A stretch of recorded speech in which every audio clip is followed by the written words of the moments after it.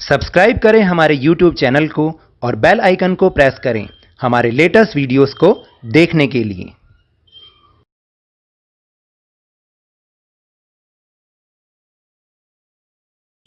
Hello and welcome to Lavneesh sir की क्लास। आज की ये शिक्षा निदेशालय राष्ट्रीय राजधानी क्षेत्र दिल्ली की वर्कशीट नंबर 16 जो कि क्लास 7 के स्टूडेंट्स के लिए ही है, यह ली गई है विज्ञान विषय से। और इसमें जिस टॉपिक को हम समझने वाले हैं वो है उदासीनीकरण। उदासीनीकरण मतलब जब हम अम्ल और क्षारक को आपस में मिलाते हैं तो उस अभिक्रिया को उदासीनीकरण कहते हैं, जिसको हम इस वर्कशीट में समझेंगे भी। तो चलिए शुरुआत करते हैं मेरे साथ और समझने की कोशिश करते हैं। उदासीनीकरण किसी अम्ल और किसी क्षारक के बीच होने वाली अभिक्रिया उदासीनीकरण कहलाती है। यानी जब हम किसी अम्ल और किसी क्षारक को मिलाते हैं तो उनके बीच जो अभिक्रिया होती है उसे ही हम उदासीनीकरण कहते हैं। एक उदासीनीकरण अभिक्रिया को हम निम्नलिखित प्रकार से भी लिख सकते हैं, यानी उसको निम्नलिखित प्रकार से भी दर्शाया जा सकता है। जैसे अम्ल जमा क्षारक, तो इसकी अभिक्रिया होके क्या बनेगा, उसमें लवण बनेगा और जल बनेगा। याद रहे, जब भी हम अम्ल या क्षारक को मिलाएंगे तो कोई ना कोई लवण बनेगा या जल बनेगा और उसके साथ में जल भी बनेगा। उदासीनीकरण अभिक्रिया में ऊष्मा की कुछ मात्रा हमेशा मुक्त होती है। यानी जब भी उदासीनी अभिक्रिया होती है ना तो उसमें ऊष्मा की मात्रा भी मुक्त होती है। इस कारण से वो हमें कई बार छूने पर गर्म भी लगता है।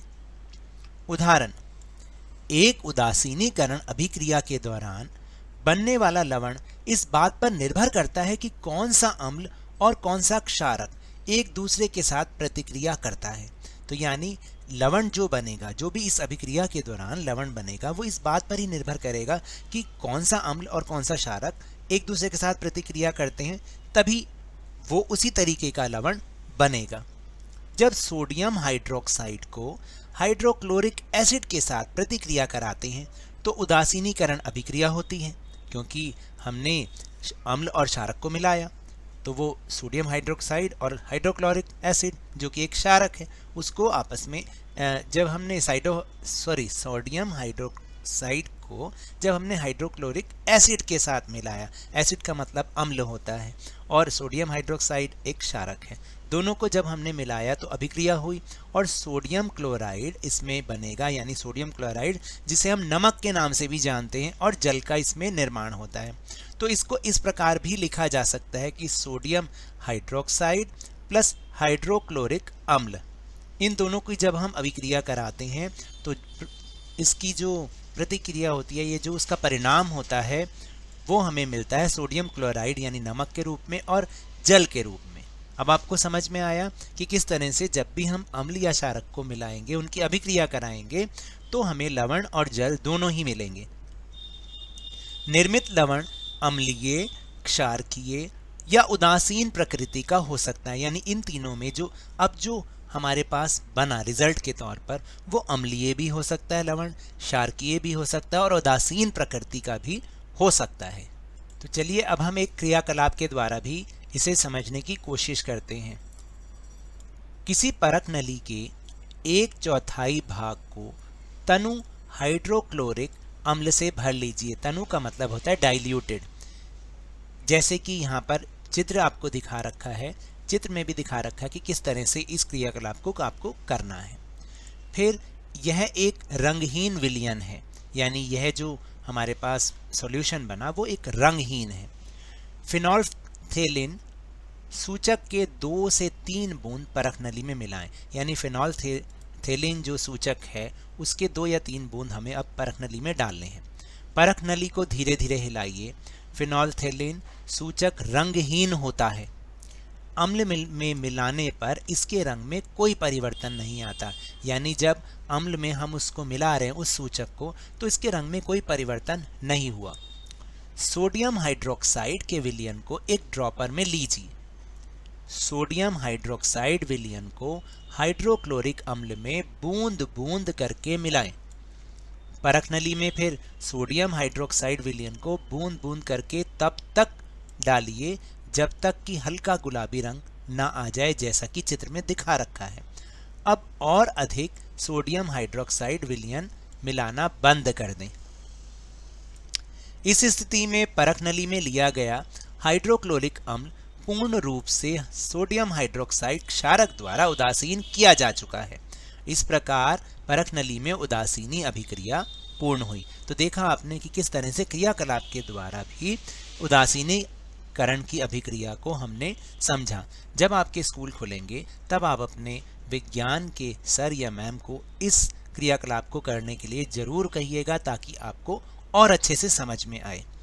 यह स्पष्ट है कि जब विलयन क्षारकीय होता है तो फिनोल्फथेनिल जो होता है उसका रंग गुलाबी हो जाता है, वो गुलाबी रंग देता है। इसके विपरीत जब विलयन अम्लीय होता है तो यह रंगहीन रहता है, जैसा कि अभी हमने ऊपर स्थिति में देखा भी कि अम्ल में मिलाने पर इसके रंग में कोई परिवर्तन नहीं आया। लेकिन जब विलयन क्षारकीय होगा तो फिनोल्फथेलिन का रंग गुलाबी हो जाएगा। तो इसके बाद यदि हम उदासीनीकरण अभिक्रिया के तत्काल बाद परख नली को स्पर्श करते हैं तो ये कई बार गर्म महसूस होती है। ऐसा इसलिए होता है क्योंकि उदासीनीकरण अभिक्रिया में ऊष्मा निकलती है, जैसा कि मैंने आपको सबसे पहले बताया था कि कई बार ये हमें गर्म महसूस होती है। ऐसा इसलिए होता है क्योंकि थोड़ी बहुत ऊष्मा का उत्सर्जन इसमें होता है। यह ऊष्मा ही परख नली के तापमान को बढ़ा देती है। अब आपको समझ में आया कि जब हम इस प्रयोग को कर रहे होते हैं तो उसके एकदम बाद जब प्रतिक्रिया उसका परिणाम आ जाता है हमारे पास लवण के रूप में और जल के रूप में, तो परख नली थोड़ी सी गर्म महसूस होती है। ऐसा इसलिए होता है क्योंकि जब हम उदासीनीकरण अभिक्रिया करा रहे हैं तो उसमें ऊष्मा निकल रही है और यही ऊष्मा परख नली का तापमान बढ़ा देती है, इसलिए वो हमें गर्म महसूस होती है। तो अब चलिए चलते हैं अपने प्रश्नोत्तर की ओर। पहला प्रश्न है कि उस अभिक्रिया को क्या कहते हैं जिसमें एक अम्ल किसी क्षारक के साथ अभिक्रिया कर लवण और जल का निर्माण करता है। तो आज हमने इसी टॉपिक के बारे में बात की है, तो इसका उत्तर है उदासीनीकरण अभिक्रिया। फिर दूसरा प्रश्न है कि सोडियम हाइड्रोक्साइड और हाइड्रोक्लोरिक अम्ल एक दूसरे को उदासीन कर लवण और जल का निर्माण करते हैं। तो अब आप बताइए कि क्या ये सत्य है या असत्य है। यानी अब दोनों जब एक दूसरे को अम्ल और सोडियम हाइड्रोक्साइड और हाइड्रोक्लोरिक अम्ल जब एक दूसरे को उदासीन करते हैं तो लवण और जल का निर्माण होता है। ये सही बात है? जी हाँ, ये कथन बिल्कुल सत्य है। फिर इसके बाद तीसरा प्रश्न है कि उदासीनीकरण अभिक्रिया में निर्मित लवण कैसे कैसे हो सकता है? अम्लीय भी हो सकता है, क्षारकीय भी हो सकता है और उदासीन प्रकृति का भी हो सकता है। फिर इसके बाद अब हम बात करेंगे चौथे प्रश्न की, जो कि अभी अभी हमने समझा भी है कि यदि हम उदासीनीकरण अभिक्रिया के तत्काल बाद परख नली को स्पर्श करें तो वह गर्म महसूस होती है। ऐसा क्यों होता है, स्पष्ट कीजिए। तो ये है हमारा उत्तर नंबर 4। आप देखिए कि यदि हम उदासीनीकरण अभिक्रिया के तत्काल बाद परख नली को स्पर्श करें तो वह गर्म महसूस होती है। ऐसा इसलिए होता है क्योंकि उदासीनीकरण अभिक्रिया में ऊष्मा निकलती है और यह ऊष्मा ही परख नली के तापमान को बढ़ा देती है। तो यह रहा इसका उत्तर, मैंने इसको यहाँ पर लिख दिया है। तो ये तो थी आज की वर्कशीट। अगर मेरे इस तरह समझाने से आपको थोड़ा सा भी समझ में आया हो तो इस चैनल को ज़्यादा से ज़्यादा सब्सक्राइब कीजिए, लाइक कीजिए और बहुत ज़्यादा शेयर भी कीजिए। और हाँ, मेरे साथ इसी तरह वर्कशीट को समझते रहिए, लेकिन ध्यान और मन लगाकर पूरी मेहनत और लगन के साथ पढ़ते रहिए। और अगर आपको कोरोना वायरस से बचना है तो प्लीज़ मास्क जरूर पहने, क्योंकि जब तक दवाई नहीं तब तक कोई ढिलाई नहीं। धन्यवाद।